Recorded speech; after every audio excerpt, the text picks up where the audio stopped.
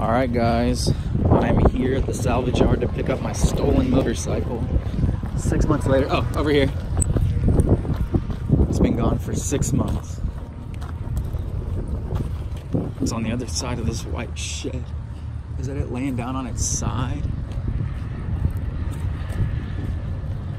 Yep, that's it laying down on its side.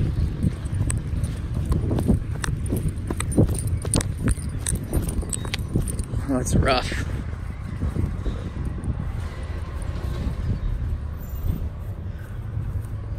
That's rough. And it's a different rim and different tire. Well, let's get her up. Hey everybody, this is the Kawasaki Crusader. A lot of you probably don't know this because I only really mentioned it in one video and I don't have a lot of videos up yet, but I did in fact have my first 1000cc bike stolen from me about 6 months ago. It was a 2007 ZX10R. It was blue. It had I think it was somewhere around like 85 or 8600 miles on it. I've got a picture of it somewhere in my phone. But it got stolen the 5th day of me owning it. The day after I put a brand new back tire on it and a brand new steering damper, the bike was stolen. Before it was recovered, insurance did pay me out, and I was able to come up with the means to get myself a new 1000cc bike, which I wanted.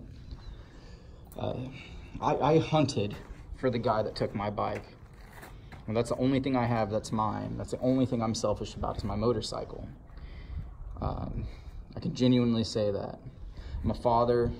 I try to be a helpful man and a good man to anybody that I come in contact with. And when somebody takes something from me or somebody I love or care about, I do everything within my power to make it right, to recover it, whatever it may be. Didn't take me but, I don't know, maybe 2 weeks to find out who it was that had my bike. And I'm not from here, from this town. I'm new to this area, or was at least when the bike was stolen. So I had to put in work. I had to really go out and hunt, and like maybe I should be a detective. Maybe I should go full CSI, because I found him and he denied. But I'll make a long story short. The guy that stole it, the bike was stolen from him in Neosho. Now, I don't know if that was before or after the next thing I'm going to tell you, but news article read that he was found dumped in a ghost town in Oklahoma.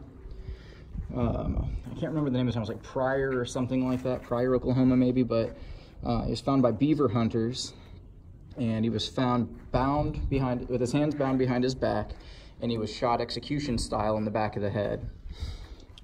I don't wish death upon anybody, even if they are a thief.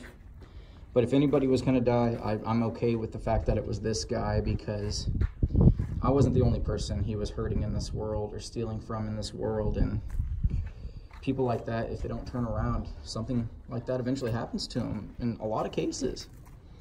So I got a call a little over a week ago, and I missed the call because I didn't know the number, so I didn't answer it. And it was a cop, it was a state highway patrol officer that had pulled over somebody riding this bike, and they arrested him. I don't know the guy's name. I could find it if I really cared enough to, but they took this to a salvage yard immediately. It was taken to a salvage yard. It was towed off the road, and he left me a call telling me where it was to go get it. But I'd already mailed off my title to Geico and, you know, taking care of everything, and got the Wraith over there. So I didn't know what would happen.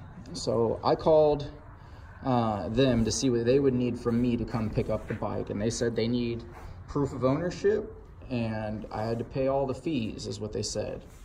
So I don't have proof of ownership because I don't own this bike anymore. Didn't, at least, own this bike anymore. So I called Geico. And that was the insurance company that I used. Geico asked me how I found the bike, and I told them I have some connections to the local police department, some friends in the department, and when they ran the VIN number, the VIN came back to my name, so they called me. I asked Geico what I needed to do to buy this bike back from them, and they said that they weren't going to sell it to me. I asked why. They said that Geico doesn't have a license to buy, sell, or trade anything, so they don't have the ability to. I asked them what was going to happen to the bike. They told me that the bike would be, they'd be sending an adjuster out to the salvage yard to find this bike, and he would be taking pictures of it and, you know, satisfying the claim. I don't really know exactly what that was going to be all about, but they told me they wouldn't buy it back from me, or wouldn't let me buy it back from them, so I asked them what they were going to do, and they said that they were just going to give it to the salvage yard if the salvage yard wasn't willing to release it to them.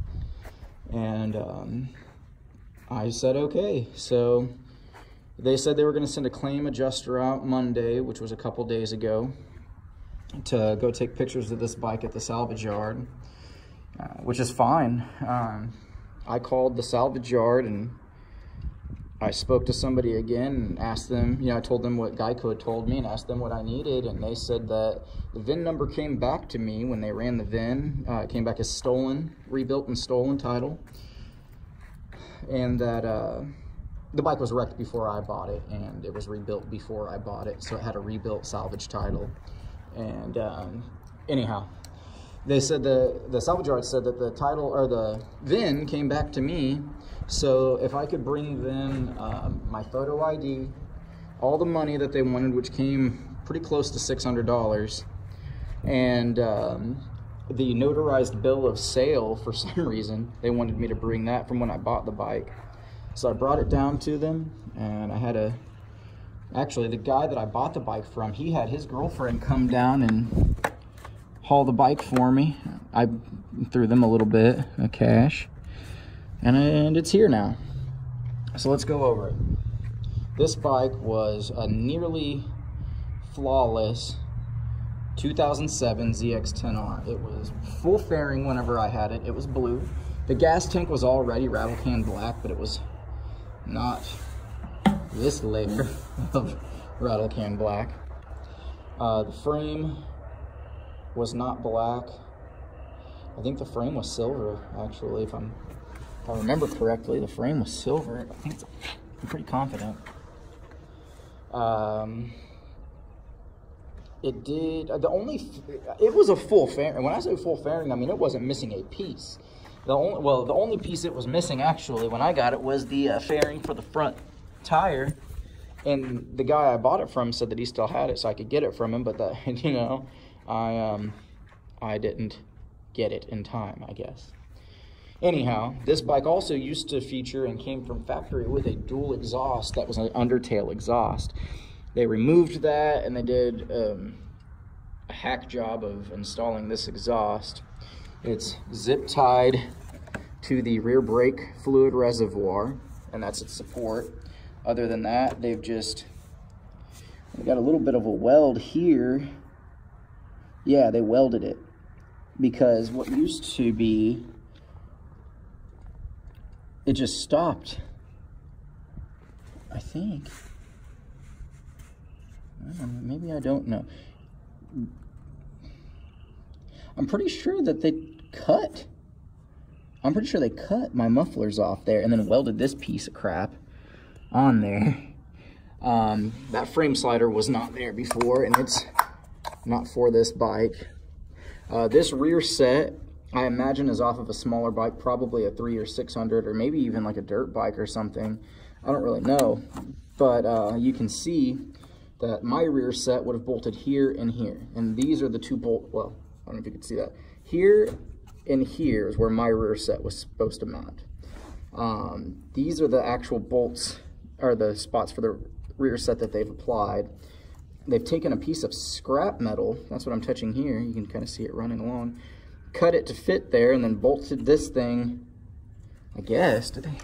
Yeah, they bolted it straight to that piece of metal, and they've kind of hose clamped the reservoir to this, but there's no pressure in the line. This thing has no rear brakes now. These scratches weren't here. I'm sure they laid it, yeah, it's real obvious that they laid it down. And they JB welded, or yeah, I think that's JB weld there. It's got some oil in it. It doesn't look burnt. I had a brand new Dunlop GPR 300 rear tire put on, and it did have a anodized red rear rim. I'm pretty confident that this is not my rear rim at all. I think that this is just a junk one that they maybe got or traded or whatever, but this tire is like, I think this tire is for a 600. This is not for 1,000. I had a, let's see, this is a 150 70 17. I think I had a 175 or 170 70 17. So it's a much smaller tire. They busted this to shit. Like, there's no tail light left.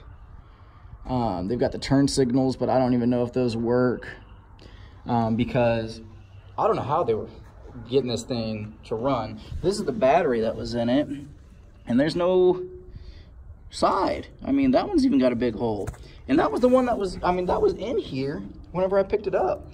So they've obviously hammered out the ignition, and the wires were ran and like kind of tucked up underneath that part underneath here. This is what they've wired for the ignition. I brought my bike over here and hooked up some jumper cables to that and flipped this switch on, and wouldn't you know it, the gauge cluster lit right up. That crack was already in the gauge cluster. It wasn't that big though. This bike, like I said, had under 9,000 miles on it. We are up to just like 12,600, I think. Over 12,000 though. I had ASV levers. I don't know what these turds are, but they're not very good. And I couldn't get the bike to go into neutral. I don't know if it's just because there's not enough oil or what. It did have the steering damper that I put on there on it, but I took that off. I am actually going to use it to replace the Öhlins that I have on the on Wraith. They've given me this hood ornament, which they've used a deck screw there and a deck screw there. And they put these JP Cycles stickers all over this thing. I mean, they really did a number. So, anyhow, I don't know what's going to happen with this bike. I do plan to sell it. I just, I don't have the heart to rebuild it. I was in love with this machine and I obsessed over it, especially after it was taken from me. I mean, I did some crazy things trying to find this bike. Things you wouldn't believe. So I'll see if I can find a way to throw up some pictures in the video of what the bike used to look like. But if I could give some advice to new riders or even tenured riders that have become a little bit complacent, guys, protect your bikes. Lock them up, chain them up, put GPS on them. Absolutely, if you have a nice enough and new enough bike, carry full coverage insurance on the thing. If you can't afford to carry full coverage insurance on it, fine, but afford to hide it, afford to keep it safe, afford to keep it put up. I lived in a very nice neighborhood. It was an apartment complex whenever this was stolen. This bike, I mean, probably one of the top 4 nicest apartment complexes in this town. And there were security cameras everywhere. I was on a bottom floor, and this was pushed up underneath my stairs with the handlebars locked and the front tire against my front door. They stole it. They stole it right off my porch. And this is what happened. This can happen to you. This can happen to your friends, your family, your loved ones. Your things can be taken. Drugs are a big influence in why this kid stole my motorcycle in the first place. The guy, I mean, he was a meth addict, and he wasn't shy about it. And I'm pretty sure that's obvious to the people that have been in environments around that the guy that had this bike was a meth addict. I shouldn't have to say it, but this can happen. It's not the first vehicle I've had stolen from me, but it's definitely the last, and it's the only motorcycle that will ever be stolen from me. So, keep your bikes put up, keep them fully covered if you can. If you can't, double down on protection. I'm talking, get a log chain and chain the tires together, and get another log chain and wrap it around through your frame or through your bike rim, something. Chain your motherfucking bike down. You might think it's a hassle to go out there and undo chains every day and undo the locks. Let me tell you, this is worth it. It is worth it to prevent this from happening to you. So, I'm the Kawasaki Crusader. This was my 2007 ZX10R. And I don't ever want this to happen to you or anybody that you know. So do me and yourselves a favor and keep those beautiful machines cared for, insured, and put away.